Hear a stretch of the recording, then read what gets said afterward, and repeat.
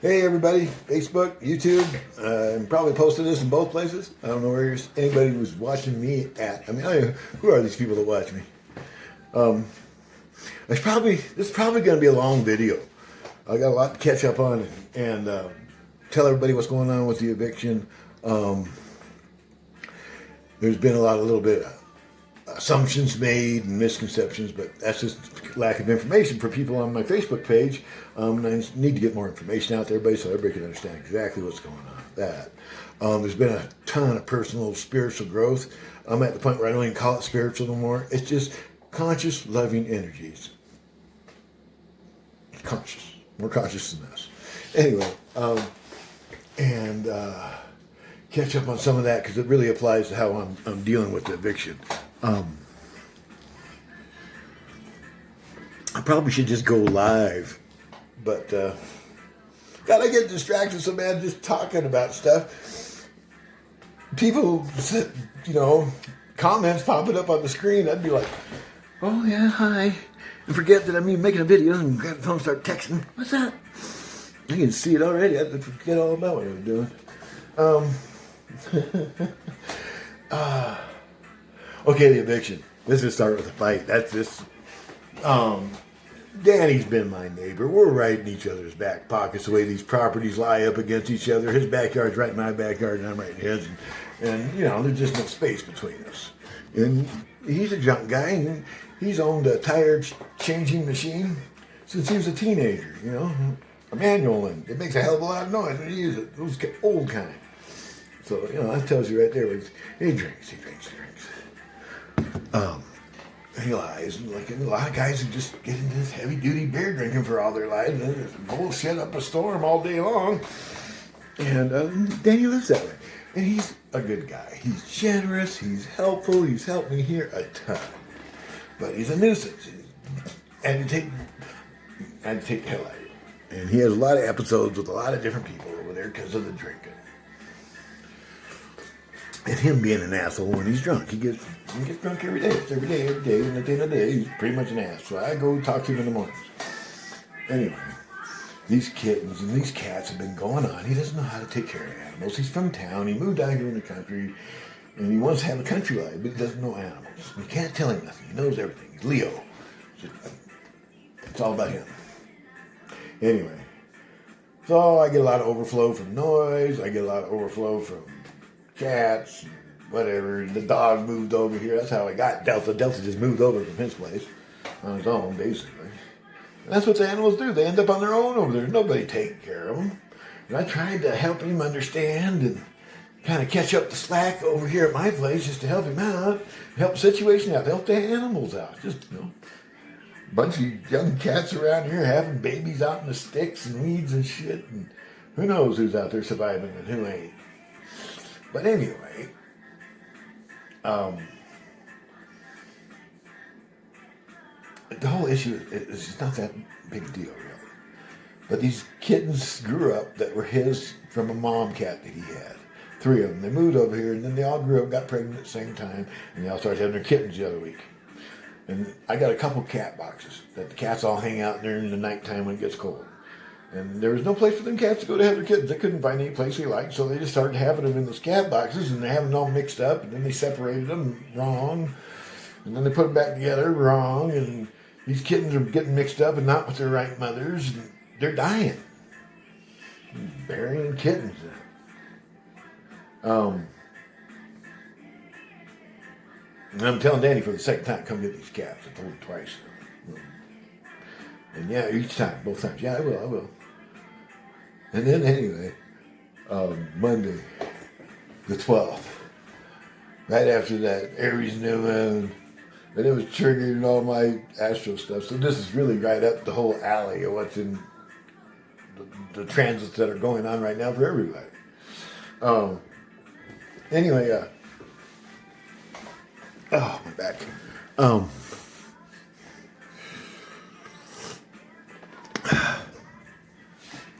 I went to hose the greenhouse out that day. I was going to get a bunch of seedlings started and I get the greenhouse going for the summer.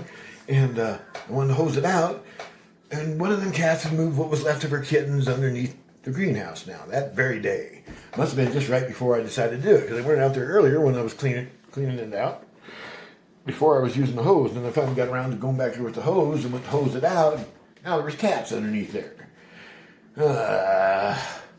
I just put it off and went and did some other stuff. And Danny got home. And I was irritated, but I wasn't mad.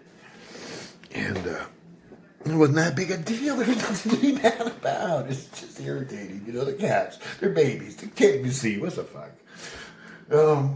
Anyway, so I walk over here to the fence, back here at the corner of the house where we meet. And he's up there to the fence. And I go, you got to do something about these cats, bro. And now, because they're getting underneath the greenhouse. I don't want to use it. I can't get in there.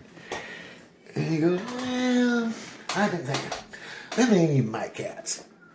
Fuck, that was it, man. I snapped. Boom! Popped him right in the mouth. As soon as he lied that bullshit to me, telling me they weren't his cats. Oh. And the first punch felt so good, I gave him another one. And that one felt so good, I stepped across the fence. But he fell down, so I started putting the boots to him.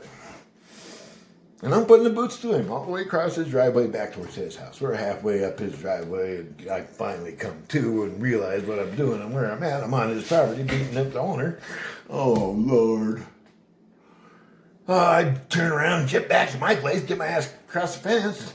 Before I can even get across the fence, he'd gotten up, run back the other way and got a stick from somewhere. And just as I was getting to the fence, I could hear him running up behind me, and I turned around and he was charging me with his stick. So I charged him right back.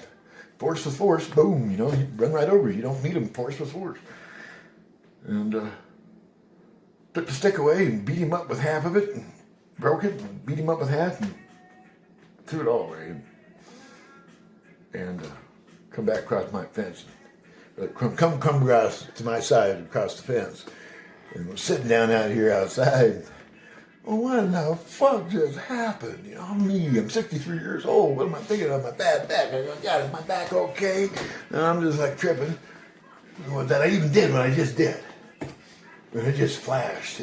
I got mad. I was mad as hell for a few split seconds. But then as soon as I come to, I was like, what? There was nothing to be mad about. Those cats were... It was a trigger of him lying. I don't know. He lies all the time. I'm used to Danny lying. But somehow, that day, it all just triggered me. Too many dead babies, him denying responsibility. Anyway, so I made a big bad move. I let my anger get way too strong and blow up and punch the neighbor right in the fucking mouth. Fuck. Anyway, he's all fight mode now, you know. And, you know, I had a choice to fight or not fight. Once I hit Denny, he didn't have a choice. He had to keep fighting. Just to save face or to win or whatever best thing he could come up with. You know, I put him in a position where he couldn't just back down. Anyway, so he shows up at my place with a bedpost. Like a big, fat club stick. It's not just a little tiny, like broom handle stick like he had before. It's a big old club. Thick bedpost. It's big enough and barely.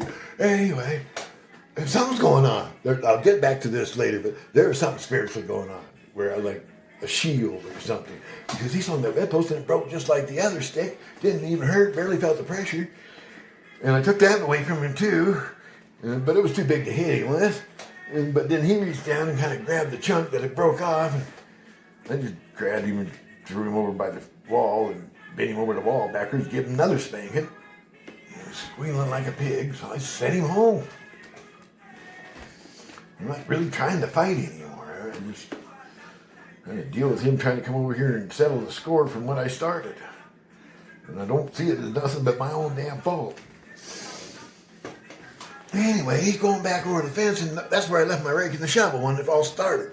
He sees my rake, and it's a big ass. I put a homemade handle on it. It's a big old chunk of cedar wood. It's juniper, heavy stout wood. Anyway, old time garden head or rake head. Anyway, this big heavy rake, garden rake. It punctured me right in the arm. That's how good it was. Anyway, he got that rake. He was all manic and all crazy, and he's gonna just be murderous crazy. And I took it away from him just like I took the other shit. I just ducked. Well, he tried to. Before he was kind of swinging from the side like he was swinging baseball bats. That's the easiest thing to duck underneath and come up and take it away. This time he kind of figured it out with the rake. You better come from up like that. And he was trying his best to bury it right in my fucking head, teeth first. So I put my arm up, took it the arm, and took that rake away from him too, flung it across the yard. Finally he goes home. Goes home and calls the cops. The cops come talk to me. By the time they got done talking to him, they came talk to me. I told them what he was doing over here. They didn't give a shit what I was doing over there at his place. They were more concerned about him over here with the rake, my place. Wanted to know if I wanted to press charges. Oh no, it didn't seem too neighborly. But they wanted to show it to the DA. I said, yeah, go ahead and do that. Anyway.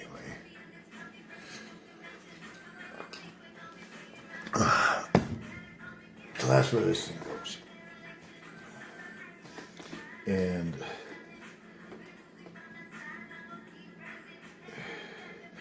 the level of violence and anger and low vibration that all entailed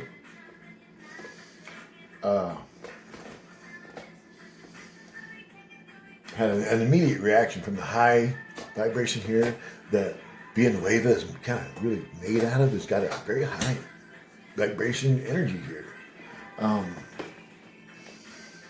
And mostly it's all good people. Nothing like this happens. No, it's all good people. And we just don't do shit like this. At least they don't. I did. And I think energetically I wasn't aligned or a match for this place anymore. So it was immediately going to result in me leaving in one way or another. And when I didn't leave with the police, it was the landlord who called up in a couple hours and let me know that I was evicted. That there were stipulations in the rental agreement that were automatic evictions, other than non-payment. One of them was violence or any kind of argument trouble with the neighbors. Automatic eviction, 7 days. But anyway, I'm still in a little bit kind of low vibration, perception, mentality, whatever. I got consciousness going on.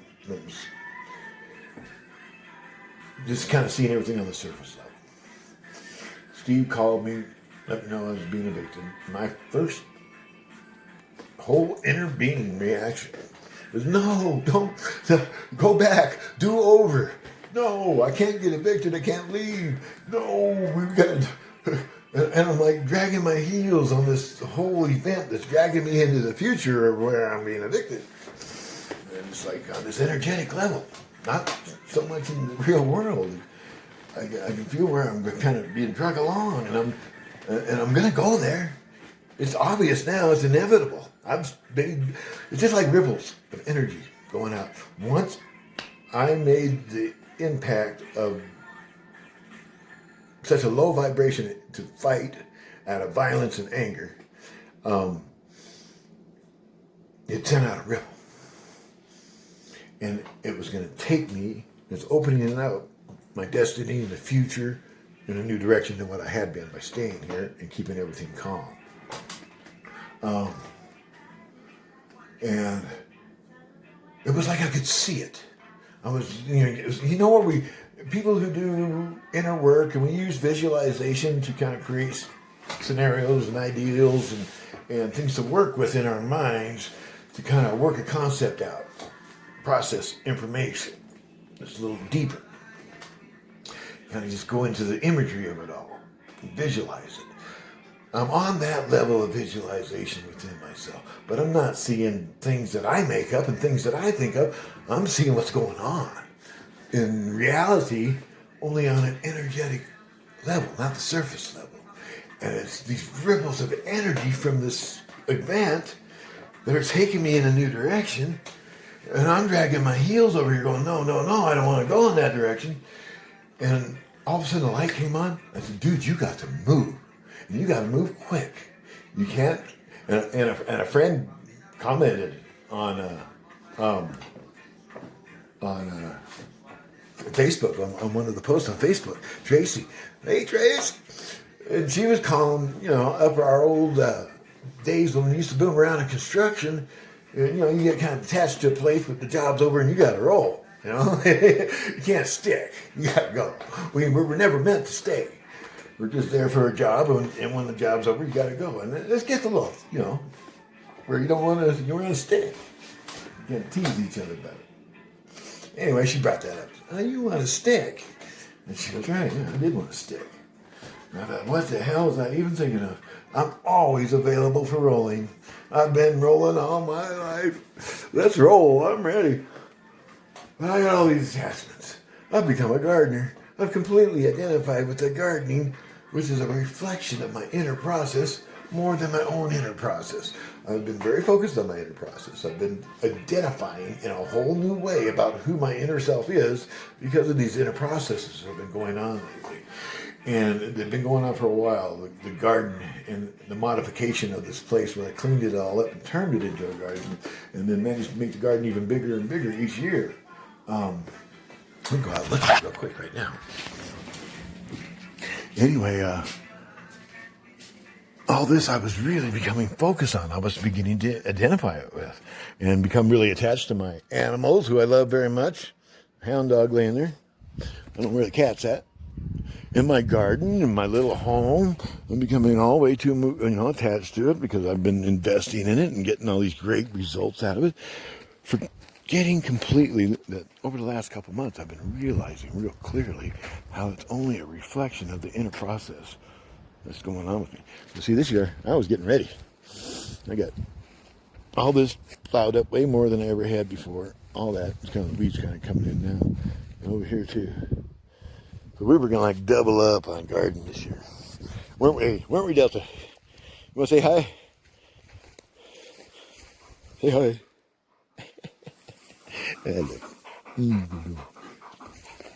Anyway, so there's all that, and then, what else? Oh, and around Christmas, I had, on the solstice, the winter solstice, I had that huge transcendental experience. And it's just, it's been opening up my consciousness since then, just like in leaps and bounds. It may just be soul knowledge, soul information, what we think of as the subconscious. I mean, I have this, this terminology just isn't adequate anymore for what I'm experiencing. And I think a lot of people are going to be running into this, and we just need more words. That's why I came up with that word, selfation, to start describing part of the process where we really individualize ourselves and really become independent into our own inner process of growth and identifying by it. But here's the thing. Here was the big shift. Back in November, I was digging this ash pit out for the wood ash from the fire. There's a big pit there underneath that wall now. And I got it all filled up with ash. But this stuff came out of it. The hole where I dug the pit. And I'm not going to go into the whole details of how I kind of deciphered it, because what this is this was a manifestation from my subconscious mind.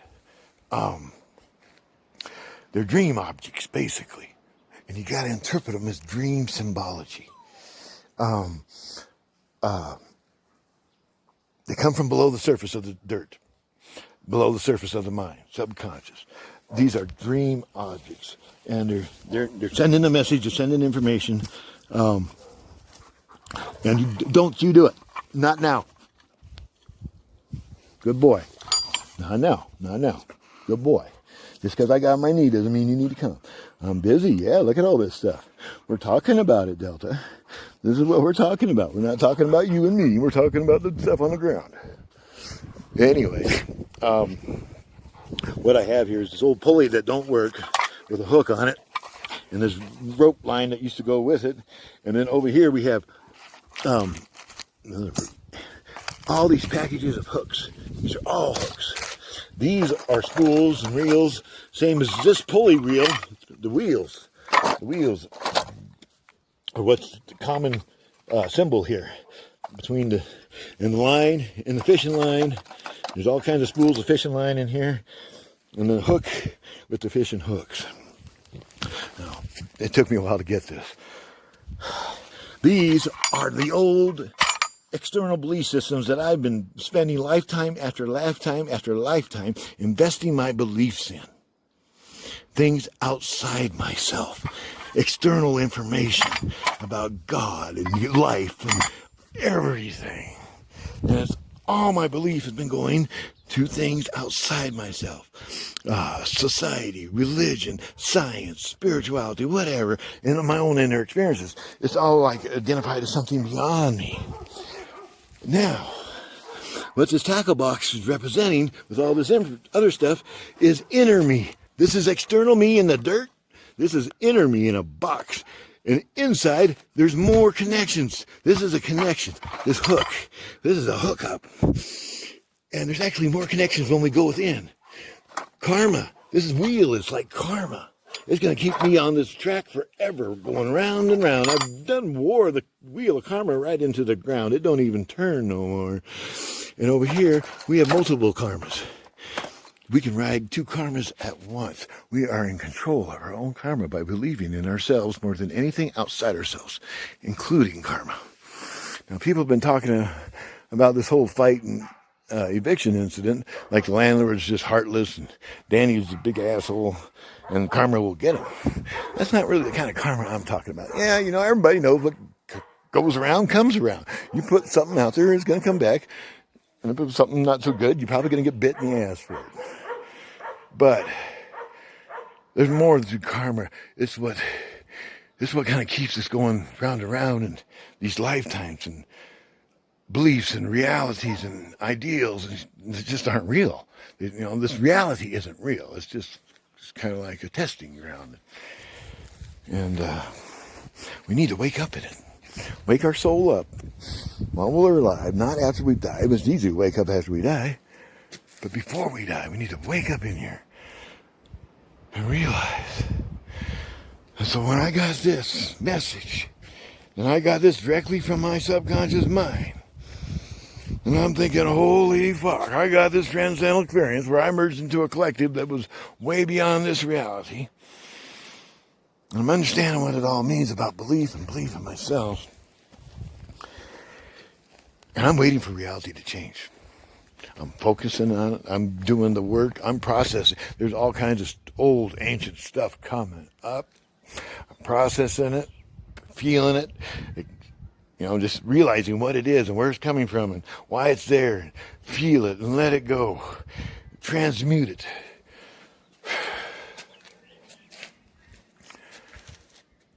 All of it is what's being transmuted. It's all being transmuted into an unconditional love. That's what this is. We're never going to find that unconditional love and all that outside ourselves. It's all within us. We have to go within to find any of it, even when we die. We can't take off for the light.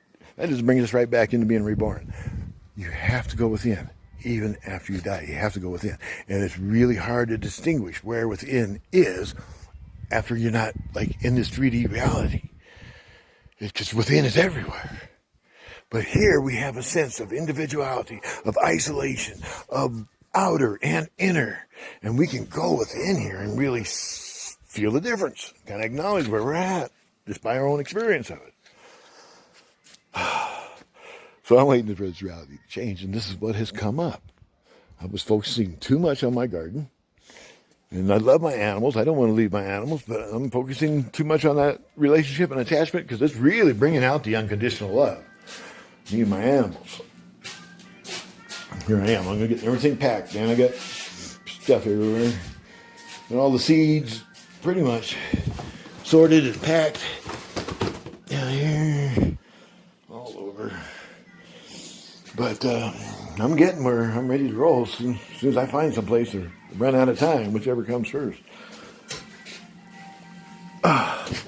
Anyway, my back hurts. But I want to sit this down, see where we're at. 24 minutes. So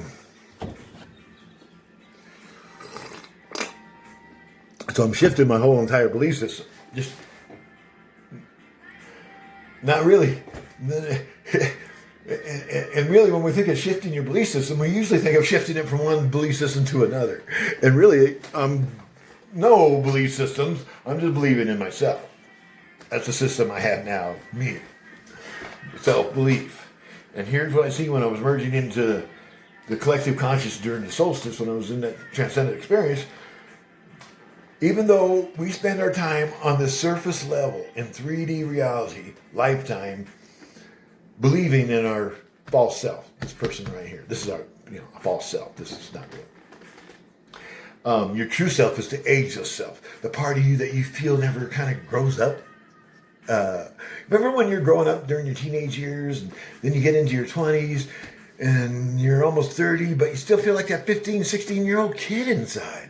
You're like, you haven't really changed or grown up much. You're a little bit more experienced, a little bit more mature, but you really haven't changed. That's the inner self that does never change. That's your soul. Not who you are as a human being. That part that never changes as you change as a human being. That's your inner self. That's the part that merges with the collective. Everything else just gets sloughed off. You leave it all behind. We don't just leave our material possessions behind. We leave our whole earthly identity behind and everything we associate it with. It all gets sloughed off. And what remains is your soul self that has been affected by this lifetime. And it's been affected by many lifetimes, so it's a combination. And anyway, as we merge back into the collective, that's a whole other story. We're not going there. So anyway, here's the other thing. I don't know if I ever showed you guys. Where is it? Oh no! Oh, here it is. Check this out.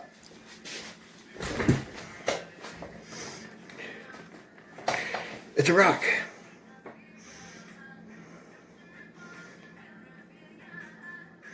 It's a molten piece of agate in a bubble shape. It's hollow in there. It's a bubble of agate that was molten, and it's got a bunch of crust material stuck to the outside of the molten agate underneath. Some of the agate shows through, where it's kind of light colored. You can see where my finger is, right here. See, that's agate showing through. It's there. So some over here by this finger too. That kind of bluish, whitish looking stuff. That's agate showing through. You can kind of see it on the edge and stuff. If I hold it up to the light, you can see through it. But check this rock out. I found it and I washed it out. And it's a whistle rock. Ain't nobody got a whistle rock but me. I'm the only one. Anyway, this is all part of the dream manifestation stuff, trying to get me aware of I'm really communicating with my subconscious mind. I've been doing a lot of self-hypnosis work over the last 3 years with my meditations, and kind of what they do in what they call Nigro yoga, where you open up a communication line in a deep state of self-hypnosis. You open up a communication line between your conscious mind and your subconscious. You're exchanging information that's understandable. It's not indecipherable, or like where you have to interpret it. You see it right away for what it is on each side. You understand both sides immediately. Anyway, so I've been setting up, show me something. If you're really out here creating this reality for me, show me something. And this is what I've been getting. So, I'm really believing this. I'm really going along with what we create in our reality is really coming from our subconscious mind. And once I became too fixated on my home and my garden and everything else that I was doing here, the pets, falling in love, basically, with this place and where I was at and that identity. I was not falling in love with myself anymore. I was falling in love with an identity that I had created. And that was the energetic mistake. And that is probably more the more like destiny kind of thing, where something had to explode to get me to wake up and get me out of here and away from that. And it happened to be a fight with Danny that I started. But it was probably already in the coming, because I had lost focus of my inner process that I'd been going on so strongly for the last 2-3 months. And then just within a month, I just lost focus of it and was putting money into the garden, putting all my work in the garden, all my time in the garden. I wasn't thinking about inner process. I was zero inner process for about a month. And I got down this low vibration ended up in a fight, blew everything up, and I seen what I did right away. I was like, oh my God. Way more important. The inner process, way more important than the fucking garden. That's just the reflection of what's going on in here. This is the real thing. And, I realized I made a huge mistake just by focusing my attention away from this.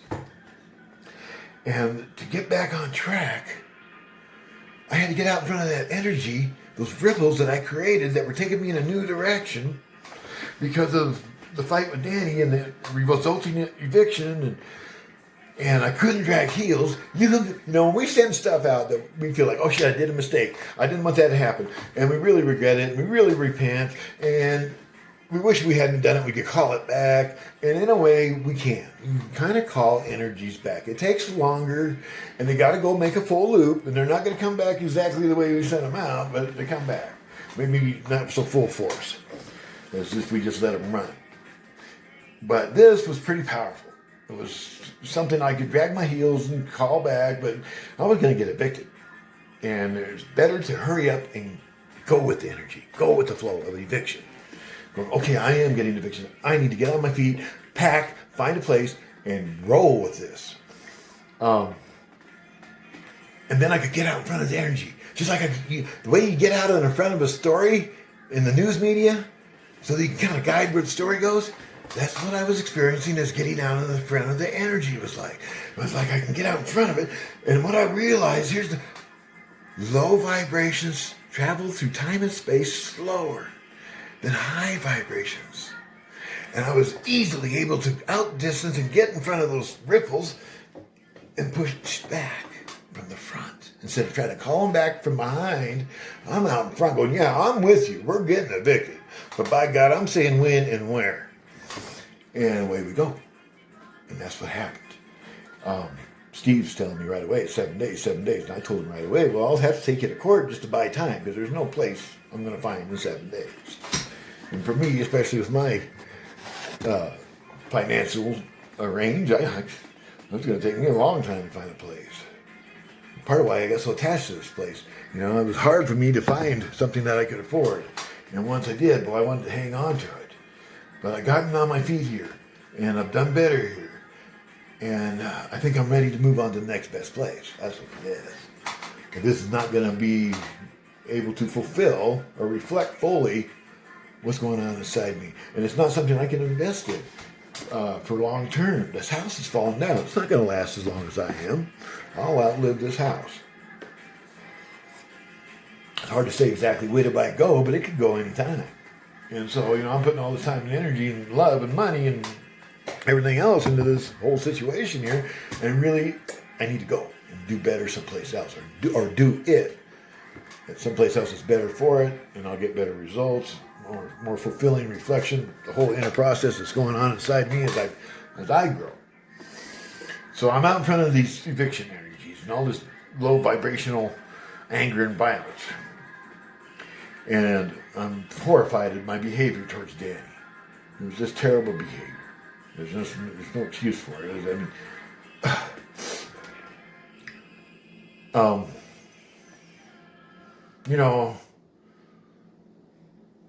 I had a choice to fight or not fight at that point when Danny lied to me. Just like he had a choice not to lie or to lie to me. I had a choice too, but once I hit him, he didn't have a choice anymore. Danny didn't have a choice. He had to fight. And I feel terrible for that. I feel terrible for just wanting to hit him in the first place for even lying. It's just all totally wrong. But it is what happened, and it's probably happening for a purpose, maybe, on the dark side, on the low side. It's because I was just too unconscious to handle it on the high side, on the light side, the love side. I should have reacted out of love. And that's what I've been practicing. I've been practicing unconditional love with my animals almost on a daily basis, where I actually exceed what my mental consciousness has the capacity to comprehend. I have to use a different aspect of my consciousness. It feels like heart. Everybody calls it heart when we talk about this, kind of going beyond what our minds can comprehend. And it's an emotional love experience. But heart, I don't know what heart means. I don't think anybody else does either. I think it's part of our soul consciousness.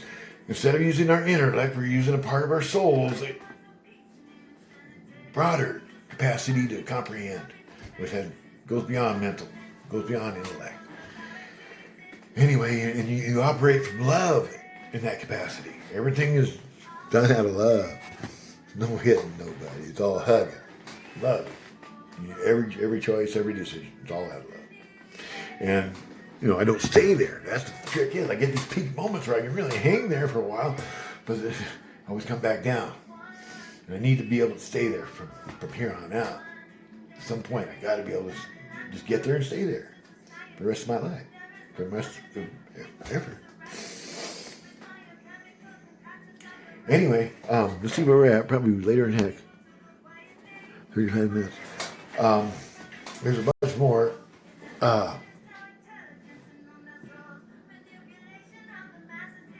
Anyway, so I'm out energetically. It's like I can see these ripples of energy traveling through time and space in this indeterminate kind of place in my head, this visualization.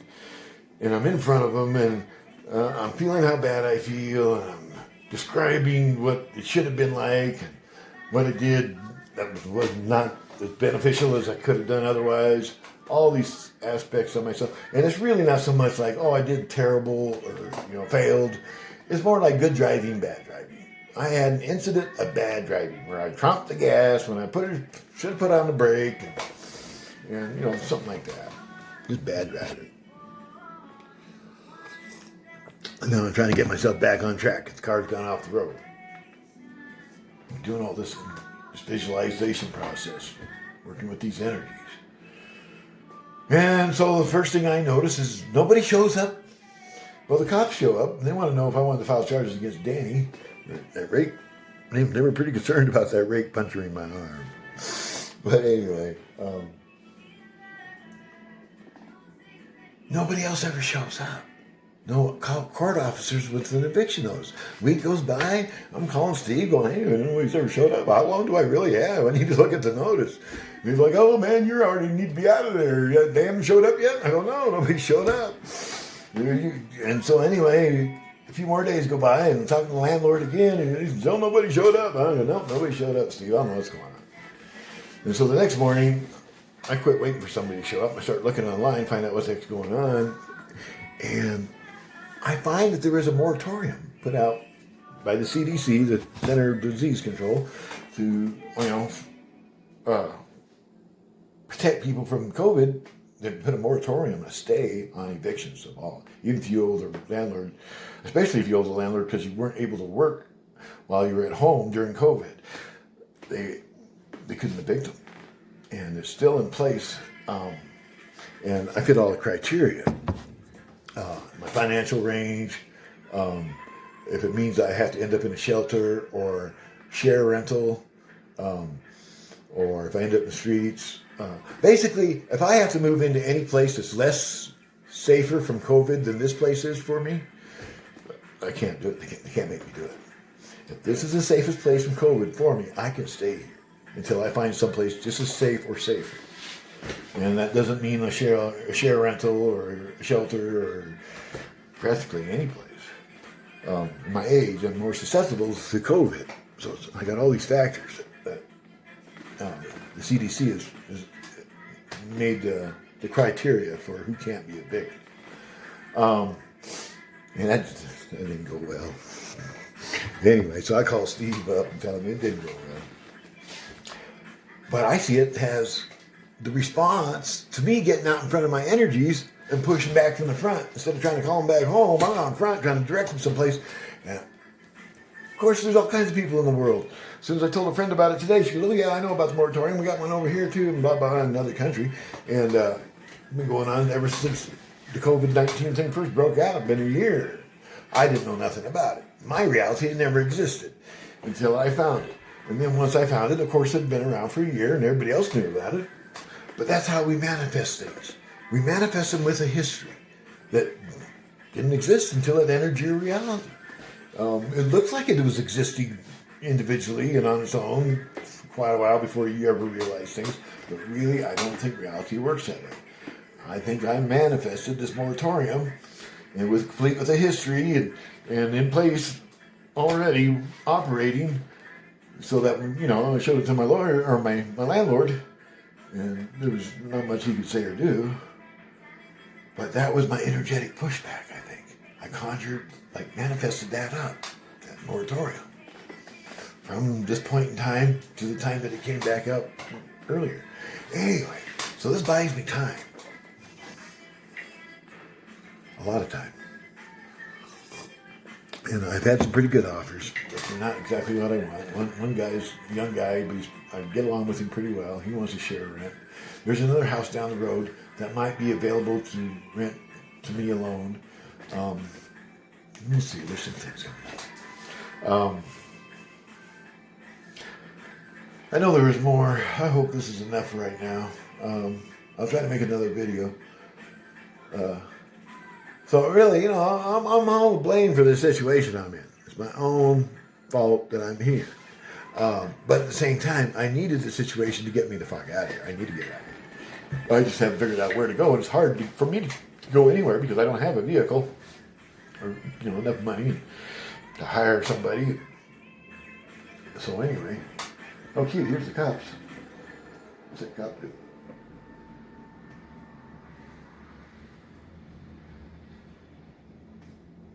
I never see a cop drive through here. Anyway, I guess this is about it.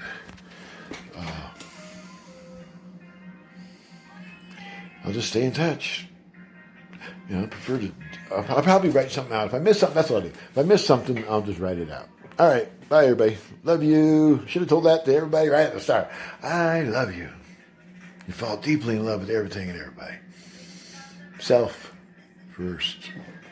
All right. Peace out.